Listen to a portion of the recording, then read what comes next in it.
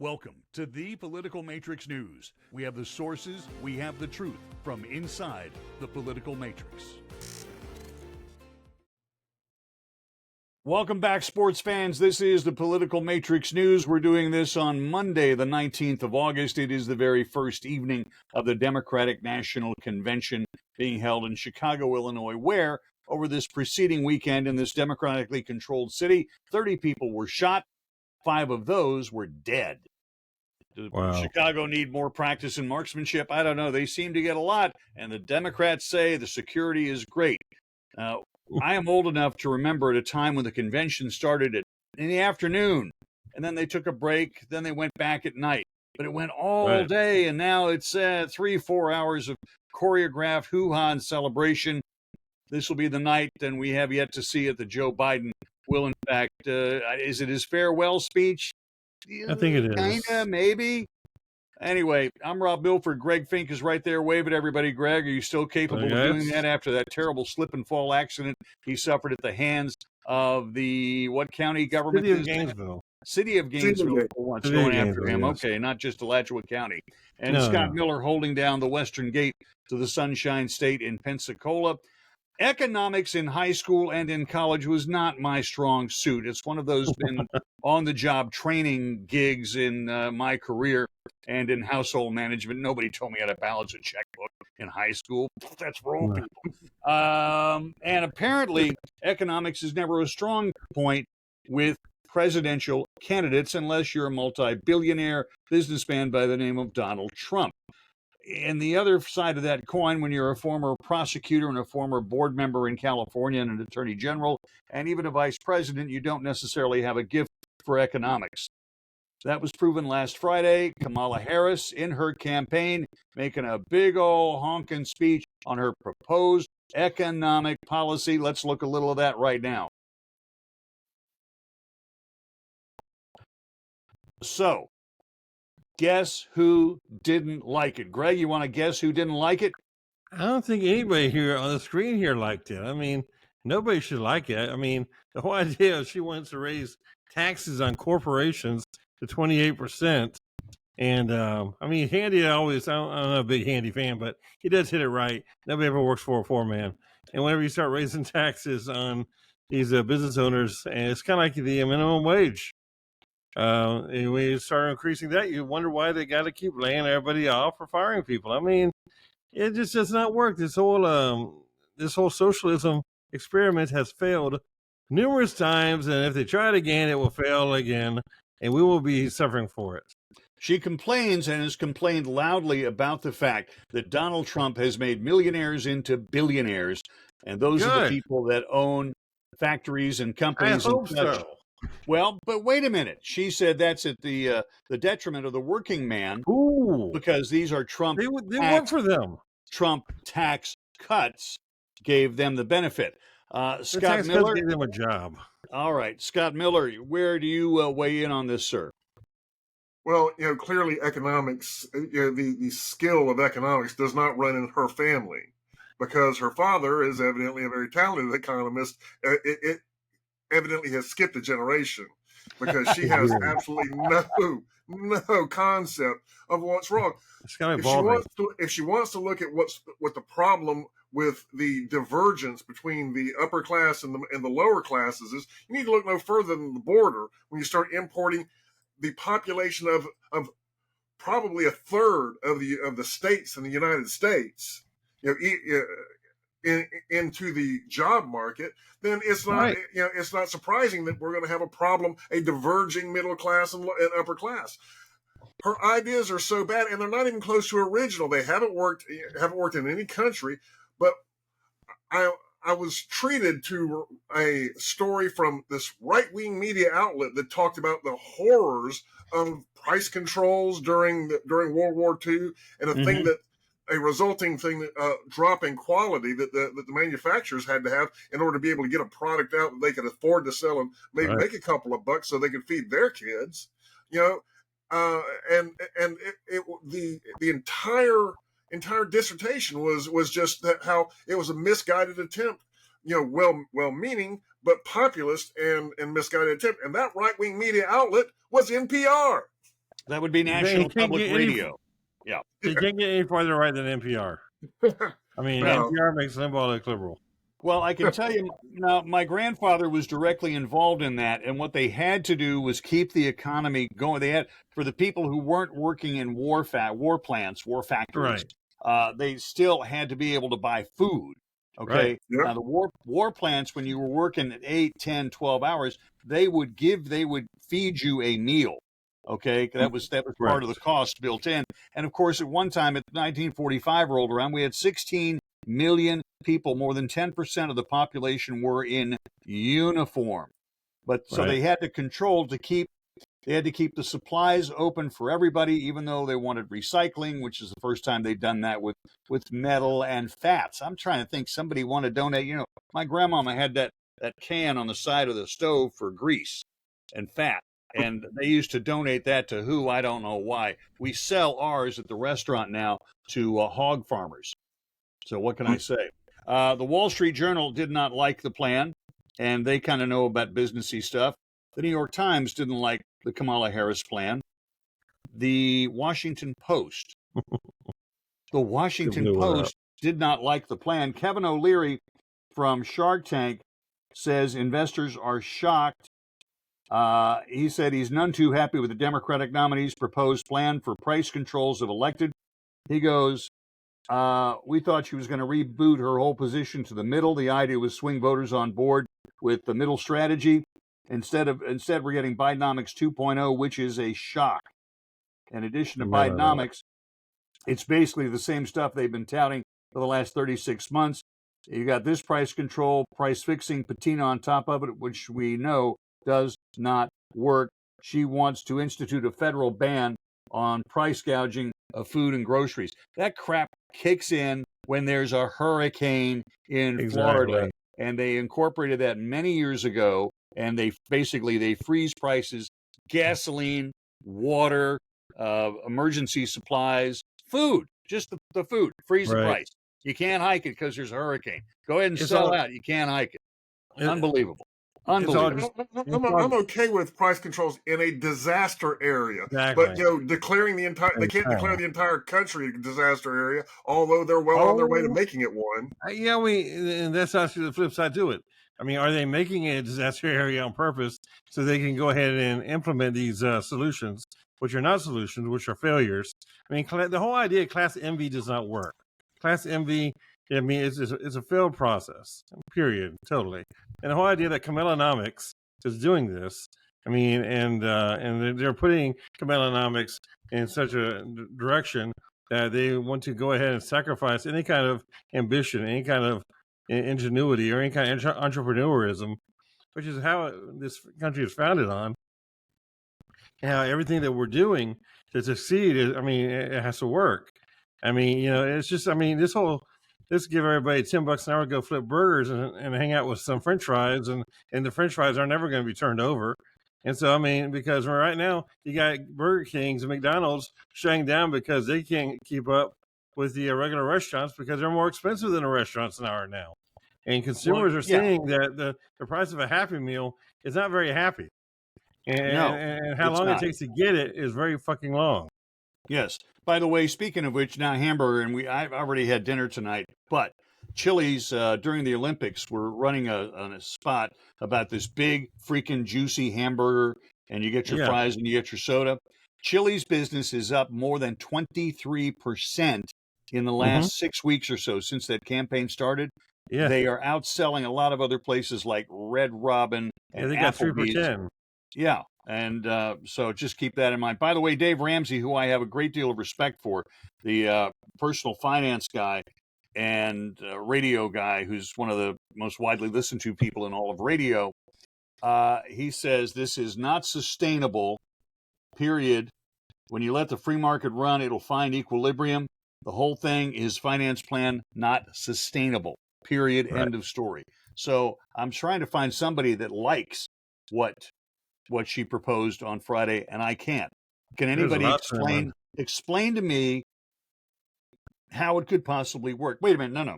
Explain to me why the United Auto Workers, now the median price of a car is north of $30,000 now. I don't know that I've ever paid $30,000 for a car in my life, and that goes back, I don't know, 50 years or so. Right. Scott, you have the most expensive vehicle in the bunch. You have a beautiful Chevy Avalanche pickup truck. Was that $30,000 when you got it? Oh God, no! But I mean, that truck was the most I've ever spent for a car that I was going to keep. You know, I've sold a bunch. I used to sell cars on eBay a lot. You know, back when that was a brand new thing. You know, we sold so many cars that eBay asked us to come to their show and do presentations and stuff like that. I do a presentation every week because everything I put on there now people are copying. So thank you, no. Okay, but you know.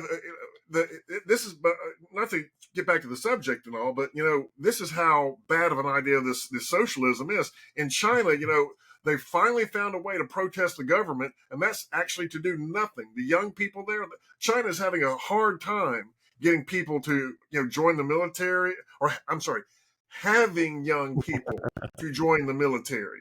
Because their one child policy, right. They're already on their way to demographic collapse. Yeah. Yep. And now the kids have this new hashtag called "Buy Land" or something like that. It basically means "let it rot." So they're quitting their jobs, quitting everything in protest, and just saying, "Screw it, let it go." China's already feeding them anyway.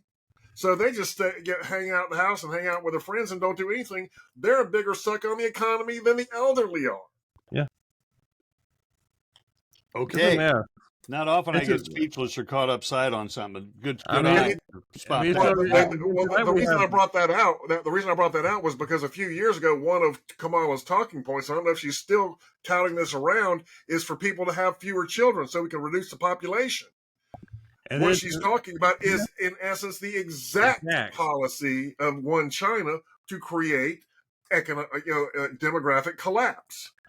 The only people almost as bad as China are the Russians, who've been getting involved in getting their citizens killed in so many wars that they're having the same problem that China's having, just for a different reason. Yeah. And by the way, I've got to double check this. CNBC actually panned J.D. Vance's tax break for raising the child tax credit, right? And Kamala, instead of a tax break or giving you a better allowance, Kamala wants to spend, I think, $6,000 a year. JD was going to give you a $5,000 tax break. Kamala wants to give you $6,000, and CNBC kind of neutral on that. No, I can't. JD, no, we can't give you that $5,000. Well, I think that's $6,000 for the year. I think that's $6,000 for the earned income credit. So that's what she's doing. So for the children and everything, for the low income people with children, or is it going to be the tax credit? Is it EIP or is it a tax credit? That's a question. There's a difference between a tax credit and a tax break. A tax break you deduct from your taxable income. A tax credit is if you don't have any income, you get money. Right. And there's also the child tax plan, which is different than the EIC, because you have to qualify for one, you can qualify for the other, or sometimes you can qualify for both at the same time. Okay. But usually it's kind of like one or the other. So it gets very confusing, and she just made it very confusing. And now tonight we have the next Mount Rushmore guy, Joe Biden, saying farewell to everybody because basically, this Bidenomics or Kamalanomics or whatever kind of nomics these freaking idiots are calling it nowadays, are doing everything they can to destroy America. And he's being heralded as the next based on Mount Rushmore. Yeah. First of all, whoever thought? Is there anybody here on the screen that can? We talked about this last week about identifying the lies that Donald Trump say, and they use generalities. Is there anybody that can break away from the generalities here and identify any success that Biden did, just specifically? Well, I'll tell you, for me, the biggest hilarious moment is the fact that now they're talking about putting him on Mount Rushmore when just 30 days ago they were saying that the guy was a ginormous failure anvil around the neck of the party. Exactly. and it was going to cost him the election. All of a sudden, he's a historic figure, which I think the narrative for that is because they successfully got him out. And they said, we're going to sing your praises. We're going to try to put you on Mount Rushmore. Is there anybody on Mount Rushmore that was removed from office from a political coup? I don't think so. Not to leave or not to run or just to get out of the way because you're in the way of progress. Was there anybody on that damn mountain that was in the way of progress of their own party? And they're saying he is. That's the whole reason why he's not even running. One of them was shot. In the way. Yeah, well, Lincoln had the bad sense to go. Had a bad sense to go to the movie theater, or had to go to Ford's Theater. I was going to say movie's great. One of the other people, I was looking to see who else was going to be making speeching tonight. The mayor of Los Angeles, Karen Bass, whose only accomplishment so far is waving the Olympic flag last week and not dropping it. Having a lot more homeless than she should have. California. Debbie Wasserman Schultz is going to say something. Oh my gosh! Well, thank God. Whoa, I know. I haven't heard of her in years. I know. She's been keeping quiet.